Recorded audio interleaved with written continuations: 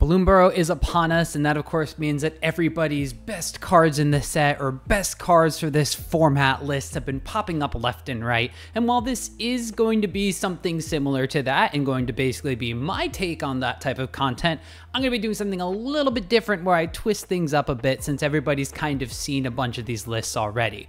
Instead of just doing all the cards that I think you're going to see Pioneer play in Bloomburrow, I'm going to give a list of some studs and duds from the set when it comes to the Pioneer format. Now, before we get going, of course, I have the hindsight of being able to look at some other people's lists before I actually go through and make this content, so I just want to give a couple of ground rules for this before we get started.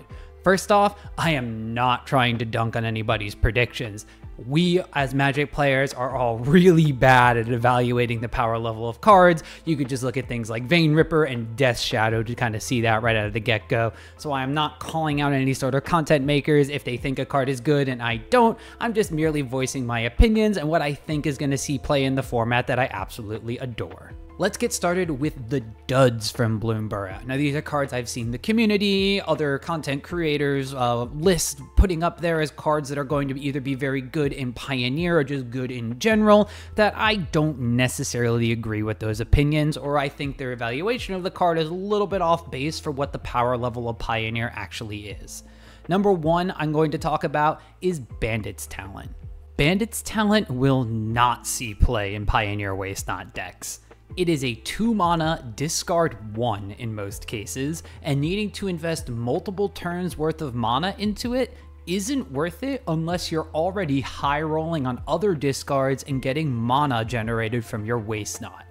It is not a better Davriel, and the deck basically plays 1 or 0 copies of Davriel in the sideboard already, so this is not going to make or break your blue-white control matchup, which, by the way, is already a good matchup. Another dud of a card that I'm actually kind of high on as well and hoping does a lot better, but I don't think is going to see a lot of Pioneer play, is Rottenmouth Viper. Oh, Rottenmouth Viper looked so good on paper. And then you realize after you reread the card, it only gets a single counter on it when it enters, and not one for each thing that you sacrifice to reduce its casting cost. That means on average, this card is going to make an opponent kill off a map, blood, or clue token, make them discard a card, or just lose 4 life for your invested mana and sacrificed permanents before it gets lost or its throat is gone for. At its very best, you could use it in a similar way you'd use Blot Out to try to deal with a Vein Ripper, but they could just sack Sorin, discard a card, or just choose to lose 4 life they're going to gain back with Vein Ripper anyway instead. This one is so adorable, it kind of breaks my heart that I'm not going to be playing this one in Pioneer, but I do have to mention Darkstar Augur. Greatness at any cost. Darkstar Augur can make 2 Dark Confidence, but costs 4 mana to do so and is a little too slow for Pioneer. I mean, do you want 2 bats or Sheoldred? Do you want 2 bats or an Archfiend of the Dross? Trust me, I love this card and I'll play the heck out of it in Standard, but I don't think I'm putting it anywhere near my Pioneer lists. Now, if you kind of haven't caught on already, a lot of these cards in the list that I'm making of duds are black cards. This is due in part to the fact that I have played Waste-Not for an extremely long amount of time, even before it popped up in the top tiers of the metagame a couple of months ago, and I just really love playing the mono black archetype. That being said, with all of my past experience, I cannot endorse putting Cruel Claw's Heist in any of your black-based decks. If you can't tell, this is the one that kind of tilts me a little bit. Cruel Claw's Heist just isn't good enough. Siphon Insight hasn't made Dimir decks completely busted, and when the double black mana cost is going to prevent decks like this running the card, you have to look at just the Waste-Not deck being the one that can play it consistently. And Waste-Not doesn't even want this over Duress because it exiles a card. I mean, you get your answer. People dream of stealing Teferis and big threats with this card, but in a shell like Waste-Not, are you really going to be using those threats effectively enough to win with? And if you're a pilot that is struggling to close out games with Waste Not, where you have to sideboard this card in more frequently than not, like a Surgical Extraction and Modern as a bit of a crutch card, I do feel like you should just be pivoting to a deck with a more clear win condition, rather than putting in a card and hoping that you can take your opponent's win condition, when in reality, you may just wind up getting like a counterspell against Control, or a life gain creature against Amalia, or any of the Amalia cards that you actually can't combo and win the game with. Trust me, skip Cruel Claw's Heist. Here's a card that I'm not even going to take the screen away from me to talk about because it's just not good. Blooming Blast. Searing Blood, but you give your opponent Mono Ramp. Just don't. Play with fire instead. Torch the tower instead. Play a better card. Here's one that I really like for Standard if the Kindred archetypes really become a thing, but doesn't have enough support to see play in Pioneer. 3 Tree City.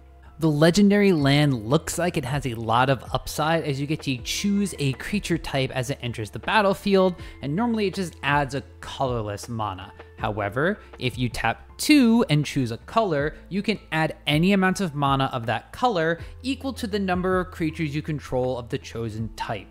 Now, I know a lot of people's minds go to things like vampires, but how consistently does that deck have more than 2 vampires in play? I do think that this could potentially fight for slots against some other lands in the humans decks and things like wizards. However, colorless and no colored mana unless you tap 2 and tap it means that you need to have at least 3 things on the battlefield for this to be a payoff, and it fights for slots against Cavern of Souls, Mutavault, and any of your Adventures in Forgotten Realms creature lands. Another card that's cute. It even makes a little baby offspring, but it's not good enough for Pioneer. Thundertrap Trainer. This one I'm actually a little bit confused about, as Thundertrap Trainer is an Augur of Bolas that trades in a toughness for the ability to create a 1/1 token copy of it if you invest 6 total mana into the card. When this creature enters, you do get to look at the top 4 cards of your library, reveal a non-creature, non-land card from among them, and put it into your hand. The rest wind up going onto the bottom of your library in a random order, but this is a card that has the Otter Wizard creature types that feels like it wants to be in a more controlling shell, and since you cannot find other creatures off of this, you definitely don't want to be putting it in that Prowess Blitz style shell among the other Otters and Wizards that you'll be playing in Pioneer. For these reasons, it feels like it's a good card for maybe just bridging the gap between your early turns and Standard, but for Pioneer, this card just doesn't do enough. Too small, too slow, too early. Now we're going to pivot and we're going to talk about the studs from Bloomburrow. These are cards with what I think is real Pioneer potential, whether it's going to be buffing an existing archetype, whether it is a lower tier or a higher tier deck, or cards that could promote an archetype being built around them in and of themselves in the format, while being fast enough or strong enough to compete with some of those top tier meta decks. Let's start off with Pawpatch Recruit. The tiny rabbit warrior is already a 2/1 for 1 mana with trample, which makes it a decent body in and of itself for green decks. However, this card won't be seeing play in a normal stompy deck, but rather will be a main deckable effect similar to Shaper's Sanctuary for decks that are looking to leverage hardened scales in Pioneer. These decks already aren't the best in the meta, but being able to grow your other creatures while they get targeted, while also being able to attack as soon as turn 2 is a big upside for the deck. The fact that you can play this later on to make 2 copies of this effect and then stack them on top of each other earns it a slot in those lists. The infamous Cruel Claw is a card that Pioneer players are going to love, because Pioneer players love a good creativity or transmogrify effect. And while Cruel Claw can't actually go into those shells in fear of being flipped over instead of the payoff card you want, this Weasel Mercenary can pull off some power plays in the quote-unquote fair decks as well. If this card survives to swing, you can flip through your deck to find something like a Sheoldred or Archfiend of the Dross to play at the low cost of just discarding a card. Oh, and exiling all the lands that you flip over, whatever. This mini Cascade effect might be good enough of a value play to warrant a few copies in Rakdos decks not looking to find Atraxa over the other Phyrexian type threats like Sheoldred. This also gives me big Caustic Bronco vibes, and while it costs 3 mana instead of 2, it could see similar effect that the Snorse has had in Pioneer. Let's look at Long River's Pull. This conditional counterspell might be better than it looks at first glance. A 2-blue Essence Scatter unless you allow your opponents to draw a card, this potentially hard counterspell might be something that allows for mono blue spirits or the Izzet Prowess decks to keep something large away just long enough to kill them outright, making that gift a card downside into a pretty much non-factor. But this card is not good enough to play in just any deck using counter magic. Although I am interested to see if decks like Azorius Control choose to run one of these over another 2-mana counterspell, since it's further ahead on cards in hand most of the time and can deal with whatever gets drawn off of the gift.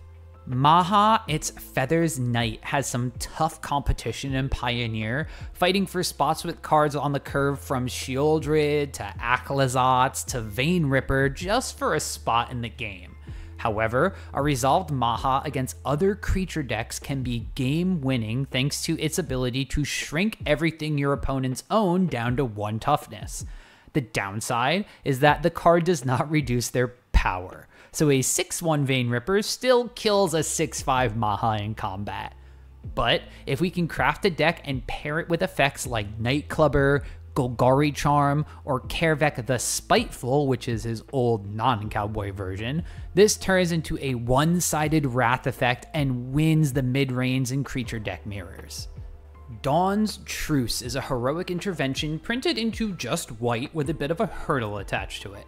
If you gift a card to your opponent, you get both hexproof and indestructible on all of your permanents. If you choose not to give the gift, you just get hexproof, which is not that great for 2 mana. Now this helps a couple of decks, from Enigmatic Fires protecting an engine piece to mono-white humans surviving an Amalia board wipe, to have more game against the deck that originally pushed it out of the metagame. Gifting a card is not a good thing, but having an effect like this that's both cheap and mono-white makes me think that this card sees sideboard play in Pioneer. Let's chat about Kitza, Outer Ball Elite. Kitza is the merfolk looter she tells you not to worry about. Prowess, Vigilance, the looter ability, and the option to copy an instant or sorcery spell by just casting 2 spells in a turn. This card has similar functionality to Ledger Shredder, with the upside of copying spells like your Treasure Cruise or Temporal Trespass on its own, meaning you don't need to have Galvadic Iteration in your deck. A legit threat when chaining spells together, I wouldn't be surprised to see this card in Izzet Phoenix list for a bit, testing the waters and trying it out to see if the for sure Connive Trigger and Flying Body of Ledger Shredder outweighs the ceiling for Kitza copying spells with no spell investment needed thanks to cards like Proph's Eidetic Memory in the deck. Here's a card I haven't seen on anybody's top list, but I have seen a bit talked about. Iridescent Vine Lasher. Vine Lasher alone is just a Valakut type effect on a small, easy to cast creature body that will work with the Scape Shift combo decks to win the game in a much easier way than they currently are with their splendid Reclamation Mystic Sanctuary loops. This reminds me of the old Bring the Light, Dread Presence decks that existed a while ago that had to play Dryad of the Elysian Grove and Urborg, Tomb of Yawgmoth to actually kill someone by making all of your lands swamps. However, a 1-mana creature, or 2 of these for the same price you would pay for that Dryad, make a much cleaner kill. For now, those copying the standard Analyst decks and porting them into Pioneer, as well as the Jund Golgari Scapeshift combo decks that are seeing fringe play in the format, are ecstatic for this new tool. Now here's a card that's been getting a lot of press coverage in Pioneer since it slots very neatly into Amalia decks. Dewdrop Cure fights with Return to Ranks for a spot in the reanimation spell 1 of 2 alongside Lively Dirge, but the upside of Dewdrop Cure is that the gift a card part doesn't really matter if your opponent just dies to reviving a Wild Growth Walker, Amalia, and the Explorer life gain creature for just 3 mana to trigger your loop and kill them. However, this card is slightly worse than Return to the Ranks if you have a few creatures on the battlefield already. I also think that this card will see play in mono-white humans decks, as I've thought for a while that humans should be playing a shell that uses Collected Company or a similar type of effect to push it over the edge, whereas Dewdrop Cure can do something similar if not more powerful after the deck faces down a destruction board wipe, but not things like Sunfall. Ygra, Eater of All. If you haven't already heard about Ygra and the infinite loops it creates with 2 Cauldron Familiars, this card is the talk of the town from Bloomburrow and Pioneer. Ygra itself has a powerful ward effect requiring your opponent to sacrifice a food, which sounds ridiculous. However, Ygra turns all creatures into food, including your opponents. So this is just Vein Ripper without the Drain Clause, and it's just another way to kind of put that out there. However, it grows whenever a food from either side is put into the graveyard, which is a nice upside. It actually grows twice, 2 counters just for 1 food, so this thing gets pretty big pretty quickly. But the main thing here is that with 2 Cauldron Familiars, you can sack one to the other one over and over and over again because they're both food, draining an infinite amount of life as you do so. If your opponent has a removal spell or a targeted graveyard hate spell, you just need 1 more creature or food token normally than hate cards that they have in order to beat them out and finish your loop, which seems pretty simple. Downside is Ygra costs 5 mana, which is slow for Pioneer, even if you're planning to ramp it out with Gilded Geese. Now, before we get to my number 1 pick for best Pioneer playable card from Bloomburrow, I do want to rapid fire go through a couple of quick honorary mentions that didn't really make the studs or duds list that I think might see play in Standard or some other formats out there. Season of Gathering could be a fun of in Pioneer Green Devotion decks to buff an existing board state, but also draw you cards to start your combo turn if you don't have an Outcaster, Storm the Festival, or Kiora Behemoth Beckoner. It's probably worse than just running 4 copies of Storm, however. Warren War Leader is basically Rabbit of Bladehold and probably sees a decent amount of Standard play, but not for Pioneer. 4 mana is just too high to justify seeing play in any sort of deck like Boros Convoke, which already is a pretty dead deck to begin with. All of the rare talent cards have a niche use in specific deck archetypes, but the fact that you need to invest your mana in them over time makes them not as playable in Pioneer. Yes, even the Prowess Otter one. I can make a Prowess Otter, I can trigger Prowess, but I can't do anything else with it that triggers Prowess unless I invest mana in it instead of casting my Prowess spells. I do however think that that one and Scavenger's Talent in a Ygra shell specifically may see a little bit of play. I just don't think they're that great. Keen-Eyed Curator is a neat Scavenging Ooze clone, and it's definitely a lot cuter, but it doesn't gain life, nor does it grow above the extra +4/+4 it gets. While it requires double green, it's not going to make the cut in any Pioneer decks over the Scavenging Ooze. However, it may see play in Standard where Scooze is not legal. Azure Beastbinder has the crucial Rogue archetype and is a really solid effect, even going as far as to block the thing that it shrinks the following turn.